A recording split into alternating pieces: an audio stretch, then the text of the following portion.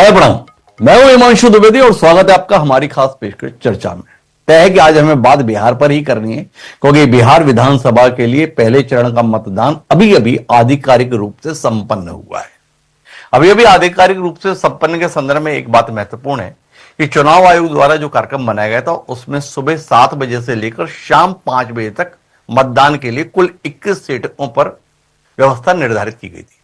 पर नियम यह कहता है कि शाम 5 बजे तक जितने भी मतदाता मतदान केंद्र के अंदर आ चुके होते हैं तो वह समय समाप्त हो जाने के बाद भी मतदान करने का अधिकार रखते हैं। तो कुछ मतदान केंद्रों पर शाम 5 बजे के बाद भी मतदान जारी रहता है, पर कोई नया मतदाता मतदान परिसर में दाखिल नहीं हो सकता है। चुनाव आयोग का आंकड़ा शाम 5 बजे के बाद का यह बताता है कि बिहार में ऐतिहासिक वोटिंग हुई है। पिछले 20 साल के आंकड़ों पर अगर हम दृष्टि डालते हैं तो चाहे लोकसभा चुनाव हो या विधानसभा चुनाव हो, जीत कठिन मुकाबले के रूप में सामने आई हो या एक तरफा नतीजा रहा हो, पर मतदाताओं की संख्या का आंकड़ा मतदान की शक्ल में कभी 60% तक नहीं पहुंचा। 45% से लेकर 57-58% तक ही यह आंकड़ा पहुंचता था। पिछले साल जो लोकसभा चुनाव हुआ उसमें भी यह आंकड़ा 57 दशमलव कुछ के संदर्भ में रहा। पर इस विधानसभा चुनाव के पहले चरण में मतदान का आंकड़ा 60% को पार कर चुका है। शाम 5 बजे तक जो जानकारी थी वो 61% मतदान के संदर्भ में आ रही थी, पर संभावना यह कि यह मतदान का प्रतिशत जब अंतिम रूप लेगा तो करीब 65 के आसपास होगा। यह पिछली बार के मुकाबले तकरीबन 8% ज्यादा हो। यह 8% मतदान क्या सत्तारूढ़ गठबंधन की एक तरफा वापसी के संदर्भ में है या बिहार बदलाव के संदर्भ में मन बना रहा है? यह आकलन राजनीतिक विश्लेषक भी करेंगे और राजनीतिक दल के तमाम नेता भी करेंगे। पर महत्वपूर्ण बात यह है कि आज जो मतदान हुआ वो अपेक्षाकृत काफी शांतिपूर्ण रहा। कुछ जगहों पर छुटपुट झगड़ों की खबरें आती रहीं, पर किसी की चुनावी हिंसा में मौत हुई हो, कोई बड़ी संख्या में बवाल हुआ हो, कुछ लोग बड़ी संख्या में घायल हुए हो, अभी तक ये जानकारी हमारे बीच में नहीं आई है। पर इन 121 सीटों पर मतदान के रुझान को राजनीतिक दल और चुनाव विश्लेषक किस दृष्टि से देखते हैं, इसे जानने में हमारी दिलचस्पी है। तो आज हम चर्चा में इसी पर बात करेंगे। बिहार वोटिंग भरमार, किस पर एतबार? इस संदर्भ में बात करने के लिए 3 खास मेहमान हमारे साथ इस समय मौजूद हैं। हमारे साथ में कुमकुम भारद्वाज जी हैं, प्रवक्ता हैं भारतीय जनता पार्टी की, वह हमारे साथ हैं। हमारे साथ डॉक्टर बादशाह आलम जी हैं, राष्ट्रीय जनता दल के सुधी प्रवक्ता हैं, ऐसे महत्वपूर्ण मौके पर वह हमारे साथ हैं। और हमारे साथ अजय शुक्ला जी हैं, जाने माने पत्रकार हैं, खरी तौर पर अपनी बात कहने के लिए ख्यात है। आप तीनों का स्वागत है। चर्चा की शुरुआत डॉक्टर बादशाह आलम जी से ही करते हैं। 2004 से लेकर बादशाह आलम जी, ट्रेंड को अगर देखते हैं विधानसभा चुनाव के संदर्भ में, मतदान का प्रतिशत हर बार बढ़ा है और सत्तारूढ़ दल से विपक्ष दूर होता गया है। इस बार तो मतदान कुछ ज्यादा ही बढ़ गया दिखाई दे रहा है। सत्ता आपसे कितनी दूर या कितनी नजदीक महसूस हो रही है? नमस्कार जी। सबसे पहले तो मैं आपको नमस्कार करूं। आपके डिबेट में हमें भी बहुत मजा आता है जी। देखिए, सबसे बड़ी बात यह है कि इस वक्त जैसे आपने अपने ओपनिंग रिमार्क में कहा कि 8% वोट प्रतिशत बढ़ गया है इस बार पहले के मुकाबले में, तो ये एक बदलाव की ये लहर है, ये उसका इंडिकेटर है ये कि जिस तरह से चुनाव आयोग के साथ मिलके और ये भारतीय जनता पार्टी के लोग 20 साल से बिहार में जो इन्होंने मचा रखा है, भाई नौकरी रोजगार पलायन का तो क्या हाल है, ये तो बार बार डिस्कशन होता रहता है, वो आपने भी सुना होगा। लेकिन ये जो 2025 का जो चुनाव है ना, ये दिल्ली तक को प्रभावित कर रहा है। ये कोई बहुत ही छोटा मोटा चुनाव नहीं हो रहा है। और जिस तरह के इन्होंने वादे, जो इनके पास तो कुछ है नहीं है, क्या वादा करेंगे? ये तो जुमलों की सरकार है, जुमला फेंक रहे हैं। लेकिन महागठबंधन की सरकार के मुद्दों को लोगों ने पसंद किया। जिस तरह के हमने पढ़ाई लिखाई कराई, दवाई सुनवाई की बात करी, उस पर पब्लिक जा रही है और पब्लिक जो है एकदम बदलाव चाहती है। ये वोट परसेंटेज से आपने देखा होगा 2020 में यही 19% वोट मिला था भारतीय जनता पार्टी को, और उस वक्त भी आरजेडी को 24% वोट मिला था। तो अब ये 8% को जो आप बढ़ा रहे हैं, तो ये जो है 19 से ये इनको 24 तक आने में तो ये बराबरी करेंगे 4% में। 2% जो है ये थोड़ा आगे जाने की कोशिश कर रहे थे, लेकिन जनता ने इनको 8% कर दिया। तो वो जो 2% जनता ने जो वोट बढ़ाया हुआ है वो महागठबंधन के पक्ष में है, और वो बिहार में बदलाव चाहती है। वहां की जनता 20 साल में त्रस्त हो चुकी है। बादशाह आलम जी, आपने अपने बयानों को रीचेक तो कर लिया ना? बाद में इस बात का रोना तो नहीं रहेंगे कि फर्जी वोटर जोड़ लिए गए थे, ये बड़े हुए वोट वही थे? थोड़ा आप भविष्य में बचाव में ऐसी कोई दलील वलील तो नहीं देने लगेंगे? ये बड़े हुए वोट इसलिए हैं, 20 साल में कभी बिहार में इतनी वोटिंग नहीं हुई, इस बार वोटिंग ज्यादा हुई तो बड़े हुए वोटों की हुई। क्या कहते हैं? ये बिहार में पहली बार ये ऐसा राज्य है जहां का ये पूरे जो है हिंदुस्तान में कहते हैं ये सबसे पिछड़ा राज्य है, लेकिन यहाँ की जनता बहुत जागरूक है। तो यहाँ वोटर्स का तो बढ़ना तो छोड़िए, यहाँ वोटर के नाम काटे गए हैं। आज बूथों के ऊपर दिखा है कि वहां महिलाएं गई हैं, तो वहां उनको कह दिया है कि तुम्हारा नाम वोटर लिस्ट में नहीं है। बहुत महिलाएं रोते हुए अपने घर को वापस गई हैं। कोई कोई जो है अपना वो पर्ची जो होता है ना, ये जो देते हैं, वो उन्होंने जो है ये बहुत आईटी की बात करते हैं। भाई डिजिटल इंडिया दिखा रही थी, मोबाइल के अंदर वो औरतें पर्ची दिखा रही हैं वहां की महिलाएं, तो कह रहे नहीं इसका प्रिंट लेके आओ, हार्ड कॉपी होगा तभी वोट दे सकती हो। वहां रोका गया। आपने वहां दानापुर में देखा होगा, अब चुनाव आयोग ने क्या इंतजाम किया है कि बीच में नदी है, बूथ उस तरफ दे दिया, गांव इस तरफ, एक नाव लगाया हुआ है, जो प्राइवेट नाव है वो सबको उन्होंने जो जब्त कर लिया है। वहां जनता प्रोटेस्ट कर रही थी कि भाई हमें वोट नहीं देने दिया जा रहा है। वो सब महागठबंधन के ही वोटर थे, वहां नारे लगा रहे थे। और आज इनके बूथ के ऊपर देखा होगा इनके जो है डिप्टी सीएम को कैसे दौड़ाया गया। कई बूथों पर वो मीडिया में आ रहा है, सोशल मीडिया में, कि जहां इनके नेता गए अपने जो मताधिकार का प्रयोग करने, तो वहां वोट चोर के नारे लग रहे हैं। तो ये जो बढ़ा हुआ परसेंटेज है, ये इंडिकेटर है कि बिहार में इस बार बदलाव होगा। और यहाँ का बिहार का बदलाव होगा तो दिल्ली में भी बदलाव होगा बिहार का, ये कहना बादशाह आलम जी। मैं कुमकुम जी के पास जाऊं, एक सवाल और आपसे है। सब जगह वोटिंग परसेंटेज बड़ा हो, बेगूसराय में तो अभी 67% है, 70-72 के पार जाएगा, पर जो बिहार की राजधानी है पटना, वहां मतदाताओं में बहुत रुझान नहीं रहा। सबसे कम वोटिंग की सूचना पटना में आ रही है, बागीपुर में, दीघ में, इन सारे इलाकों में। ये पटना में क्या हो गया? पटना में तो आप एक वहां फुलवारी शरीफ का ही देख लीजिए ना, जहां एक इनके बीएलओ को औरतों ने पीटना शुरू कर दिया मीडिया के सामने कि इसने ही नाम कटवाए हैं। एसआईआर का जब मुद्दा चल रहा था तो आपने कई बार डिबेट में पूछा भी है कि सबसे ज्यादा वोटर्स पटना के अंदर ही काटे गए हैं। भाई सबसे एक नंबर पे था पटना, जहां वोटर्स के नाम वहां काटे गए थे। कितने मृतक दिखा दिए गए, कितने इधर उधर चले गए, तो उसका असर भी है वहां पर। लेकिन उसके बावजूद भी पटना में पिछले इलेक्शन से परसेंटेज अच्छा है। वहां लोग घरों से निकल के बार से अच्छा है, ये कहना बादशाह आलम जी। बड़ा हुआ परसेंटेज को अपने पक्ष में महसूस कर रहे हैं। कुमकुम जी, कितना घबरा गए आप बादशाह आलम जी का ये कॉन्फिडेंस देखकर, ये आत्मविश्वास देखकर, ये चेहरे की चमक देखकर, ये वाणी में ओज देखकर? कितनी घबराहट हो रही है आपको? ना तो चेहरे में चमक दिख रही है, ना ही वाणी में ओज दिख रहा है। एक उनकी प्रतिबद्धता है पार्टी के प्रति कि जब मीडिया में जा रहे हैं तो कुछ तो बोलना है, कुछ तो रखना है, तो पार्टी का पक्ष रख रहे हैं बेचारे, क्योंकि पार्टी ने उनको प्रवक्ता के तौर पर यहाँ पे भेजा है। जबकि वाकई स्थिति क्या है ग्राउंड की उनको बहुत भली भांति पता है कि इस बार मैंने सोचा भी नहीं था, और मैं खुद भी ग्राउंड जीरो पे जिसे कहते हैं कि मैं मौजूद हूँ, एक एक चीजों को हमने अपनी बारीकियों को बहुत नजदीकी से देखा है। तो मैं कहूंगी कि बिहार इस बार कहते हैं ना कि मोदी मैं हो गया, नीतीश मैं हो गया। पहला फेज तो बम्पर है, बम्पर में लिटरली कहूंगी, आई एम लिटरली मतलब सो हैप्पी। और सबसे पहले तो उन माताओं, उन बहनों को कि भगवान भारतवर्ष में गूंजे हमारी भारती, कि माताओं बहनों ने जिस तरीके से घर से निकल करके लंबी लंबी कतारें लगा दी और भारतीय जनता पार्टी में और हमारे एनडीए की सरकार में जो विश्वास दिलाया है, इस बार बम्पर कमल खिलने जा रहा है।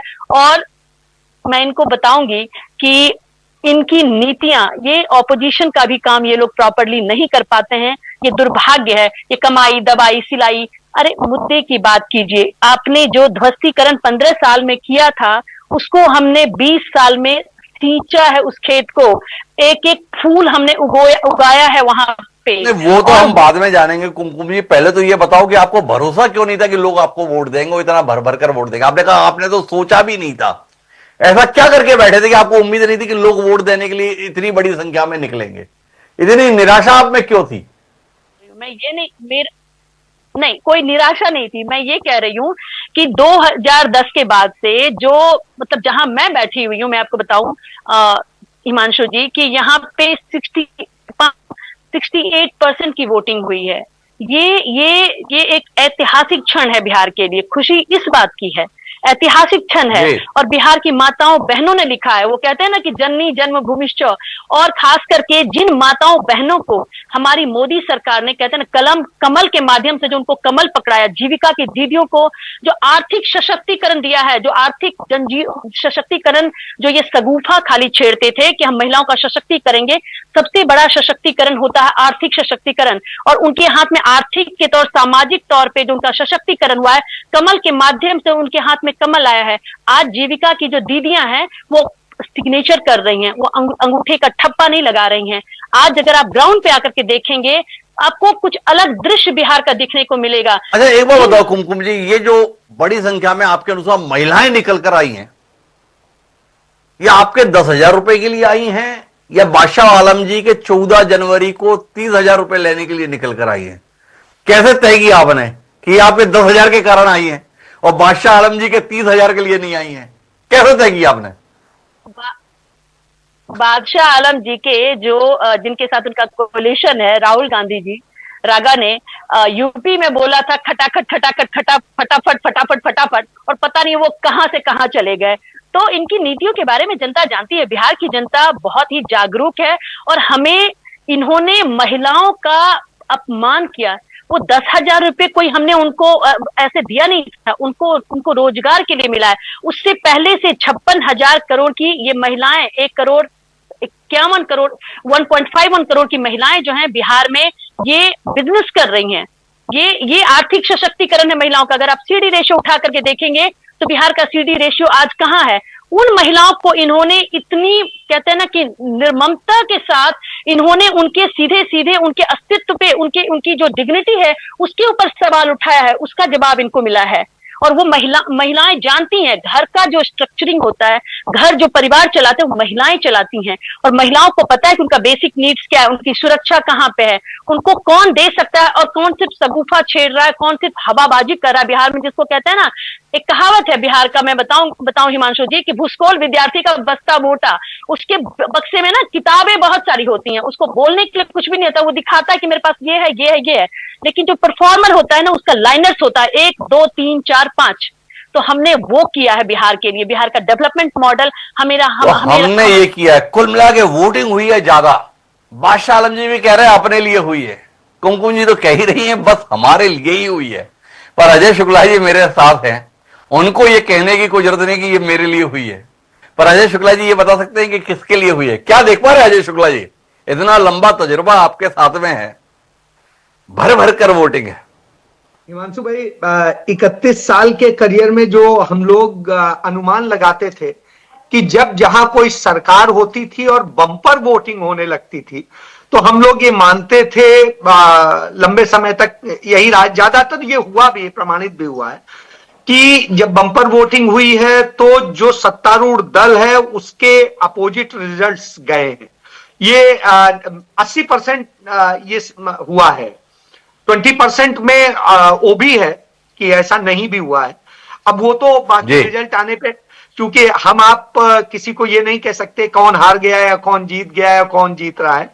लेकिन इतना जरूर है कि आज जब कुमकुम जी मुद्दों की बात कर रही हैं, तो मुद्दे आज खड़े हैं रोजगार के, मुद्दे खड़े हैं पलायन के, मुद्दे खड़े हैं वहां इंडस्ट्री के, मुद्दे खड़े हैं तमाम उन वायदों के जो किए गए थे, चाहे मोतिहारी की चीनी मिल की बात हो, चाहे कहीं की बात हो।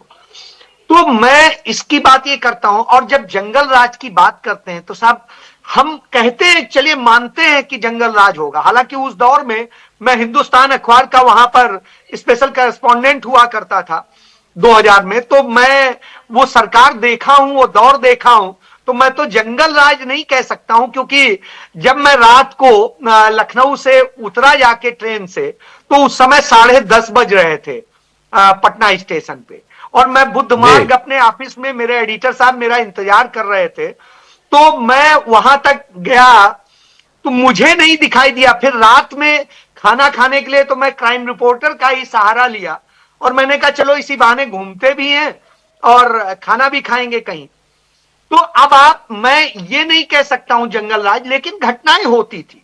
नरेंद्र मोदी सरकार का जो एनसीआरबी है, उसके आंकड़े पे यदि हम गौर करें तो जब 2005 में सरकार गई है लालू प्रसाद यादव की, तब 97,000 समथिंग, यानी आप 98 राउंड फिगर में जोड़ लीजिए, उतने क्रिमिनल केसेस रजिस्टर होते थे। और अभी जब 2023 का डेटा आया है एनसीआरबी का, तब 3,52,000 से अधिक, यानी 3,53,000 राउंड फिगर में। अजय, इसमें थोड़ा विरोधाभास रहता है, आप तो बहुत अनुभवी पत्रकार हैं। केस रजिस्टर्ड होंगे तो आंकड़े दिखेंगे, अगर सरकार की एक तरफा चल रही है तो प्रताड़ित के केस रजिस्टर्ड ही नहीं होंगे तो आंकड़े दिखेंगे कैसे? यह भी एक तर्क होता है। पर अभी हमें इस पर बात नहीं करनी, हमें आपके अनुभव को जानना है वोटिंग के संदर्भ में। देखो, 2004, 2005 विधानसभा लोकसभा से लेकर 2024-25 8 चुनाव दिखते हैं, पर ऐसा जबरदस्त वोटिंग परसेंटेज नहीं दिखा। अब हम दो लोगों के संदर्भ में तो बात करते हैं, एक महागठबंधन के संदर्भ में, दूसरा एनडीए के संदर्भ में। पर क्या प्रशांत किशोर फैक्टर को आप कहीं देख पा रहे हैं इसमें? प्रशांत किशोर, जिनकी सलाहें तमाम देश के राजनीतिक दल लेते रहे, वो खुद को ही मैदान में उतार दिए। क्या इस वोटिंग परसेंटेज में आपको नया अरविंद केजरीवाल, नया एनटी रामाराव या नया एमजी रामचंद्रन दिखाई दे रहा है? क्या प्रशांत किशोर फैक्टर इस बढ़ोतरी में अजय शुक्ला को झलक दिखला रहा है? ये जानने में दिलचस्पी है। हिमांशु भाई, मैंने जितना फीडबैक लिया है, क्योंकि मेरे समय के तमाम सारे पत्रकार विभिन्न जगहों पे हैं, उनसे जो फीडबैक लिया है उसके मुताबिक मैं यह कह सकता हूं कि मुझे उनका इस समय जब वोटिंग हो रही है तो लड़ाई सिर्फ दो ही तरफ दिखाई दे रही है। तीसरा शायद रेयर कहीं पे नजर आ रहा हो तो अलग विषय है, मैं उस पे नहीं कह सकता हूं। मुझे प्रशांत किशोर कोई डिसाइडर पोजीशन में दिखाई नहीं दे रहे हैं अभी तक, जो मैंने। चलिए, तो एक सवाल जो कुमकुम जी से भी था वो आपकी ओर, महिला फैक्टर। महिलाएं बड़े केंद्र में रही हैं। वो जीविका दीदी के नाम पर 10-10 हजार दिए जाना हो, या तेजस्वी यादव का वादा हर महिलाओं को 2,500 रुपए मिलेंगे, और उसमें भी बात नहीं बनी तो वो और आगे बढ़ गए। उन्होंने कहा सरकार बनवाओ, 14 जनवरी को सीधे 30,000 खाते में ट्रांसफर करेंगे। ये महिलाओं की भीड़ 10-10 हजार से मोहित होकर या 30,000 की संभावना को लेकर, क्या कहते हैं अजय शुक्ला जी, जो पहले कभी बिहार में पसीना बहा चुके हैं? मैं निश्चित रूप से मैं इस बात से सहमत हूं कि महिला बड़ा फैक्टर है, और महिलाएं निश्चित रूप से निकल रही हैं। अब ये मैं नहीं कह सकता हूं वो इधर जा रही हैं कि उधर जा रही हैं, लेकिन वो अरे आपकी जरूरत तो मुझे इसी के लिए है, निकल रही है तो मैंने भी देख लिया था, पर कहां जा रही है इसी के लिए तो आपको याद किया है। वो बता रहा हूं कि चूंकि अब बात हो रही है कि सिर्फ 10,000 से काम नहीं चलेगा जी, लेकिन तमाम महिलाएं वो भी हैं जो कहती ही नहीं 10,000 रुपया मिल तो गया है, वो पता नहीं मिलेगा कि नहीं। तो दो चीजें जो देखने को मिल रही हैं, ऐसी स्थिति में जो गरीब महिलाएं हैं उनके लिए एक उम्मीद दिखाई देती है, अरे 30,000 आएंगे, और वो ये कह रहे हैं कि एक बार नहीं अब लगातार चलेगा। तो ये भी विषय है, लेकिन जहां पर थोड़ा सा शिक्षित है महिलाएं, वहां पर महिलाओं को लग रहा है कि नहीं, ये 10,000 तो मिले हैं, सरकार पता नहीं आएगी कि नहीं आएगी, वो देखने वाली बात होगी। तो ऐसी स्थिति में मैं 60-40 का रेशियो रखता हूं, और मुझे लगता है कि 60-40 का रेशियो महिलाओं के स्तर पे 60-40 का रेशियो है, पर महिला फैक्टर है। बादशाह आलम जी मेरे साथ बने हुए हैं। बादशाह जी, मेरी आवाज सुन पा रहे हैं जी? हाँ, आवाज आ रही है। पहले तो कुमकुम जी की बात पर आप आपत्ति व्यक्त कर रहे थे, पहले तो आपकी आपत्ति जाननी है और फिर दूसरे फेज के लिए आपकी रणनीति जाननी है। मतलब जो महिलाओं की जो बात हो रही है, तो मैं सोच रहा हूं पहले इसी पर आपका जवाब दे दूं कि देखिए, जो महिलाओं का जो टर्नओवर बढ़ा है ना बिहार के अंदर, तो मैंने पहले भी कहा था आपको कि बिहार की महिलाएं बहुत जागरूक हैं। अब इन्होंने जो 10-10 हजार रुपया, इनको 20 साल से सरकार में थे तो ध्यान नहीं आया, जब इलेक्शन का मौसम आया तो इन्होंने 10 हजार रुपया डाल दिया। चलिए, अच्छा किया इन्होंने डाला, औरतों को 10-10 हजार रुपया मिल गया। अगली सरकार हमारी आ रही है तो ये 10 हजार में तो इनका बिजनेस कोई स्टार्ट नहीं होगा। आज के दिन में वो बकरी भी नहीं मिलती 10 हजार की, तो हम अपना 30 हजार हम देंगे या 10 इनका ये होगा, ये दोनों मिलके हो जाएंगे 40, तो 40 में महिलाओं का रोजगार हो जाएगा। ये बिहार की महिलाएं समझ रही हैं कि जब 40 हजार रुपया हमारे पास आएगा तो हम कोई छोटा मोटा रोजगार शुरू कर सकते हैं। तो ये हम कोई छोटा मोटा रोजगार शुरू कर सकते हैं। पर भाषा आलम जी, आपके यहां तो सेमी बड़ा द्वंद्व हो गया, भाई आपस में लड़ लिया और परिवार समझ ही नहीं पाया क्या करें। तेज प्रताप से लेकर तेजस्वी तक राबड़ी जी का आशीर्वाद सबको मिल रहा था। जब घर में ही इतना भ्रम है तो जनता कितनी भ्रमित रही होगी, इसके विषय में क्या कहते हो? देखिए, जब महाभारत भी हो रहा था तो गंधारी ने सबको, दोनों को आशीर्वाद दिया था, कौरवों को भी और पांडवों को भी।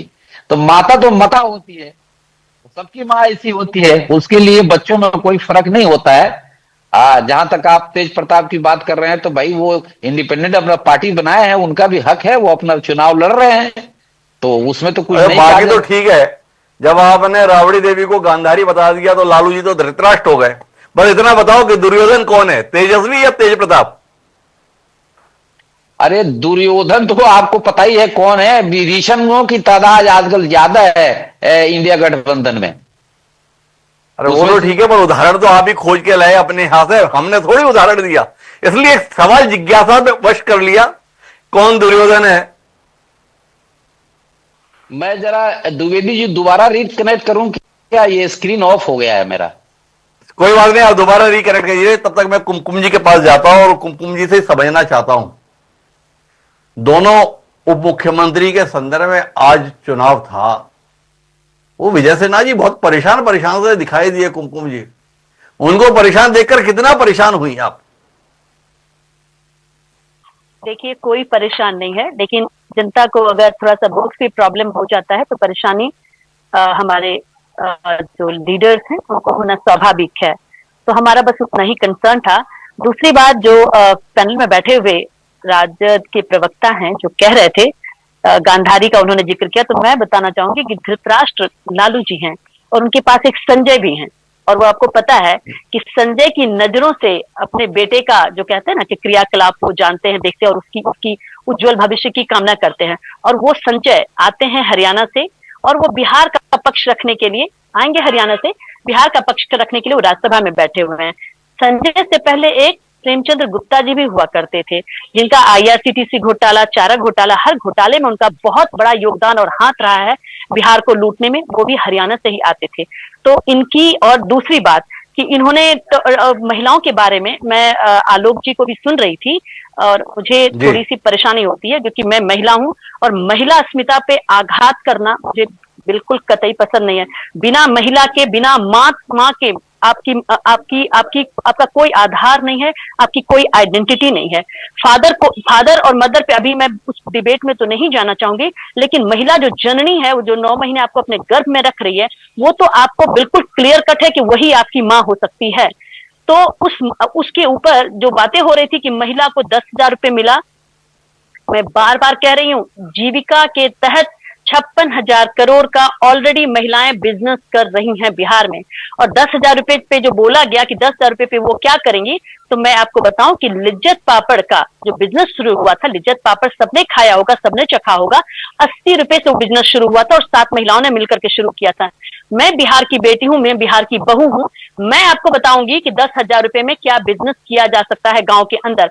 मैं घूमी हूं महिलाओं के बीच में और वो महिलाएं वो बिजनेस कर रही हैं। कोई अंडा का कारोबार। मेरा तो एक दूसरा सवाल है, जब आप इतनी भावुक हो गई, इतनी आपकी संवेदना जाग गई, इतनी संवेदनशीलता के साथ आप बात कर रही हैं, तो ये महिलाओं के संदर्भ में 10,000 रुपए देने का ख्याल 20 साल सत्ता में रहने के बाद आपको क्यों आया? 2005 से सत्ता में है, अब 20 साल बाद 2025 में सूझा महिलाओं की स्थिति ठीक नहीं है, महिलाओं की हालत ठीक नहीं है, महिलाओं की जीविका के लिए कुछ सहयोग करने की जरूरत है। तो 20 साल सत्ता में गुजार देने के बाद जब मतदान के संदर्भ में 3 महीने 4 महीने का समय बचा, तब आपकी सरकार को सूझा, अरे महिलाओं की हालत ठीक नहीं है, उनकी जीविका के लिए कुछ व्यवस्था करनी होगी, तो चलो उनके खाते में 10,000 रुपए डालते हैं। क्या कहते हैं आप? 20 साल लग गए जननी के संदर्भ में उसके स्वाभिमान, उसके सम्मान का बोध करने में।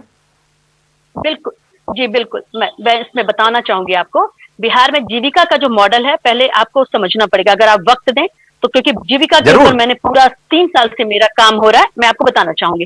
जीविका के अंदर एक सर्टेन अमाउंट जो है बैंक के थ्रू मिलता है, और एक समूह में 12 से 15 महिलाएं होती हैं, और एक पंचायत में आपको लगभग 10 समूह, मतलब 1800 से 1500 से 1800 के आसपास, या अप्रोक्सीमेटली आप कहते हैं 2000 के आसपास, हर पंचायत में आपको जीविका की महिलाएं मिल जाएंगी। वो एक समूह को, जो 12 से 15 महिलाएं हैं, उस समूह को 1,00,000 या 1.5 लाख रुपए मिलता है।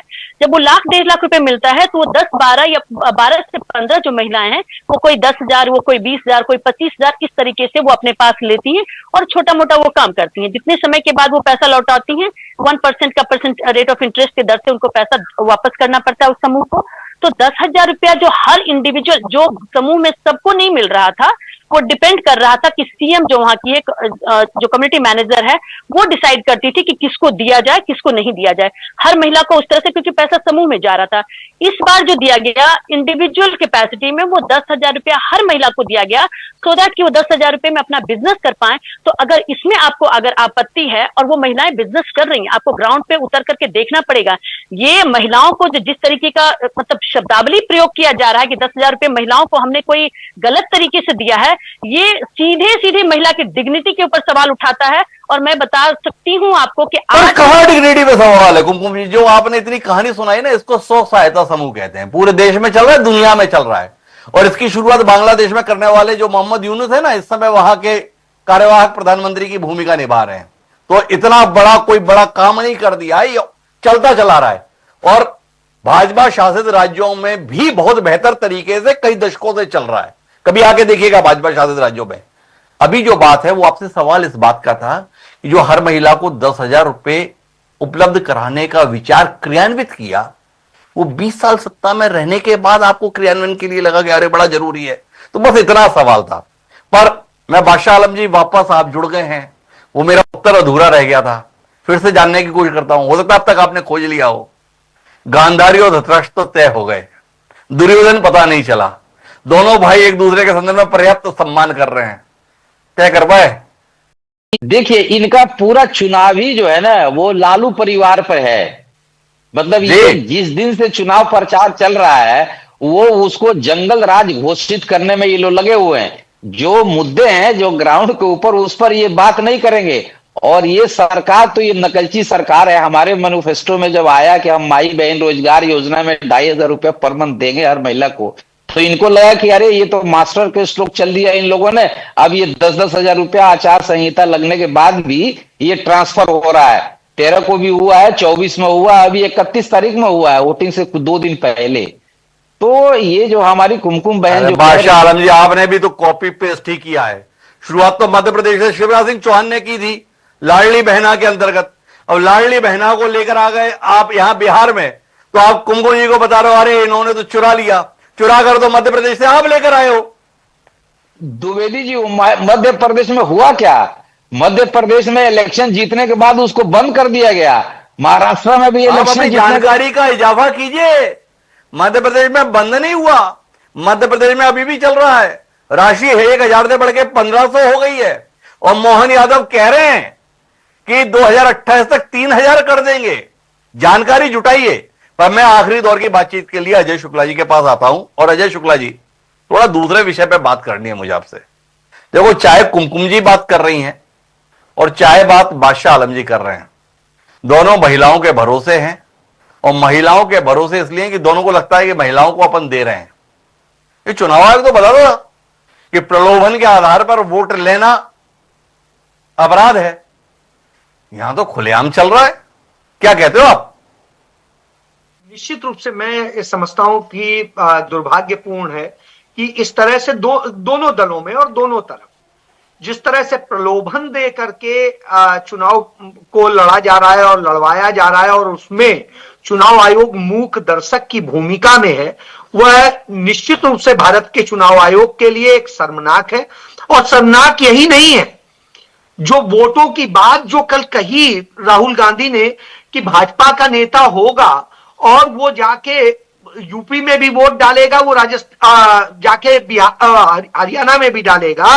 साहब वो देखने को मिल गया 5 फरवरी को, इसी साल की 5 फरवरी को आरके सिन्हा ने, जो सांसद है, राज्यसभा सदस्य हैं, पिछले 25 साल से रह रहे हैं दिल्ली में, वो दिल्ली में वोट डालते हैं और फोटो शेयर करते हैं अपने ही ट्विटर हैंडल पे, और आज भी वो डाल रहे हैं। और चुनाव आयोग चेक कर चुका है, एसआईआर कर चुका है। यदि नहीं किया होता तो मैं यह सवाल नहीं करता।